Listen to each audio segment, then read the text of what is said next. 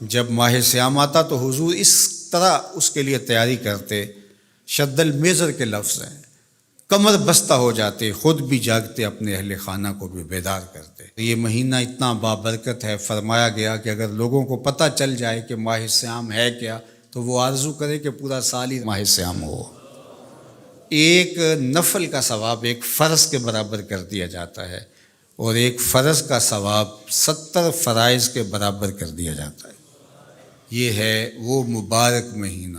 فرمایا من صام رمضان ایمانا و احتسابا غفر له ما تقدم من ذنبہ، جس نے رمضان المبارک کے روزے محاسبہ نفس اور ایمان کے ساتھ رکھے، اللہ اس کے پچھلے سارے گناہ معاف کر دیتا ہے۔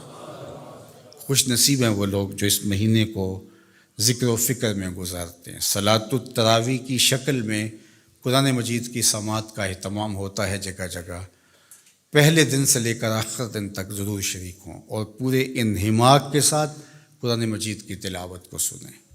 کچھ جگہ تو ایسا قرآن پڑھا جاتا ہے والقرآن یلعنہ، فرمایا کچھ لوگ قرآن پڑھتے ہیں، قرآن ان پہ لعنت کرتا ہے، تلفظ تک واضح نہیں ہوتا، 15 منٹ زیادہ لگتے ہیں یا 20 منٹ زیادہ لگتے ہیں۔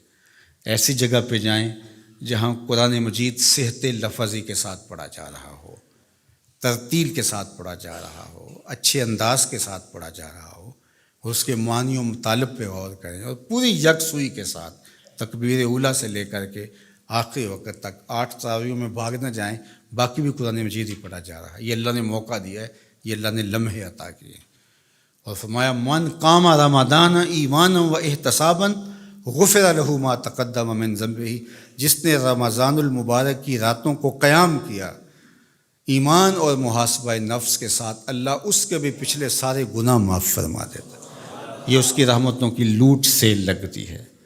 الحمدللہ ادارۃ المصطفیٰ کے اندر ہر سال کی طرح اس سال بھی ماہ سیام کی مبارک نورانی راتیں قرآن کے نور سے منور رہیں گی اور جگمگاتی رہیں گی۔ یہاں الحمدللہ سحرخیزیاں بھی ہوں گی اور شبینہ بھی ہوگا، صلاۃ التراویح بھی ہوگی، افطار اور سحر کی مبارک گھڑیوں کے اندر آنے والے احباب کے لیے سحری اور افطاری کی ضیافت کا اہتمام بھی ہوگا۔ تو یہاں بڑے ہی سلیقے کے ساتھ حرم کے لہجوں میں قرآن مجید کی تلاوت صلاۃ التراویح میں ہوتی ہے، تو آپ تشریف لائیں اور یہاں ویسے ذکر و فکر کرنے کے لیے رات گزاریں۔ شبینہ کا اہتمام آخری عشرے میں ہوگا تو وہاں آئیں۔ اعتکاف کی شکل ہوتی ہے تو پورے پاکستان سے ہزاروں لوگ آتے ہیں، آپ بھی شامل ہو سکتے ہیں۔ اللہ تعالیٰ جل شانہ اس مرکز کو رمضان المبارک کی رونقوں سے مزید مالا مال فرمائے۔ آپ جہاں جہاں رہیں خیر سے رہیں، اپنے گھر کی صفائی کریں، اپنی مساجد کی صفائی کریں۔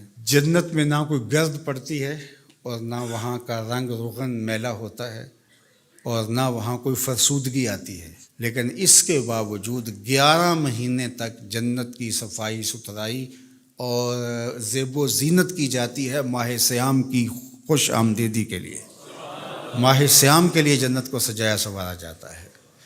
تو اس لیے آپ بھی اپنے گھروں کو، اگرچہ آپ کے صاف ستھرے گھر ہوں، اپنے گھروں کو اسپیشل 1-2 دن لگا کے تفصیلی صفائی کروائیں، اور بچوں کو یہ شعور دیں کہ یہ اس لیے صفائی ہو رہی ہے کہ اللہ کا مہمان آ رہا ہے۔ یار کوئی عام سا مہمان ددیال سے ننیال سے آ رہا ہو تو ہم اس کے لیے اہتمام کرتے ہیں، یار ذرا ترتیب اچھی کر لو، کوئی مہمان آ رہے ہیں، عزت والے مہمان آ رہے ہیں۔ تو رمضان اللہ کا مہمان ہے، تو اس کے لیے اہتمام کیجئے، گھروں کو آراستہ کیجئے، خوشبوئیں سلگھائیے، اپنی مساجد کا آراستہ کیجئے۔ ہم ہر سال رمضان سے قبل اپنے مرکز کی صفائی کرتے ہیں اللہ کے فضل سے، اگرچہ ہم اس کے ماحول کو بہت اچھا رکھا ہوا ہے اس کی توفیق سے، لیکن مزید ماہ سیام میں اس کو بہتر کیا جاتا ہے، خوشبوئیں سلگھائی جاتی ہیں، ایک ماحول پیدا ہوتا ہے۔ تو اگر آپ ہر روز نہ آ سکیں تو کچھ دن ضرور آئیے گا، یہاں کے ماحول کا لطف بھی لیجیے گا۔ اللہ آپ کو بہتر صلہ اور اجر عطا کرے۔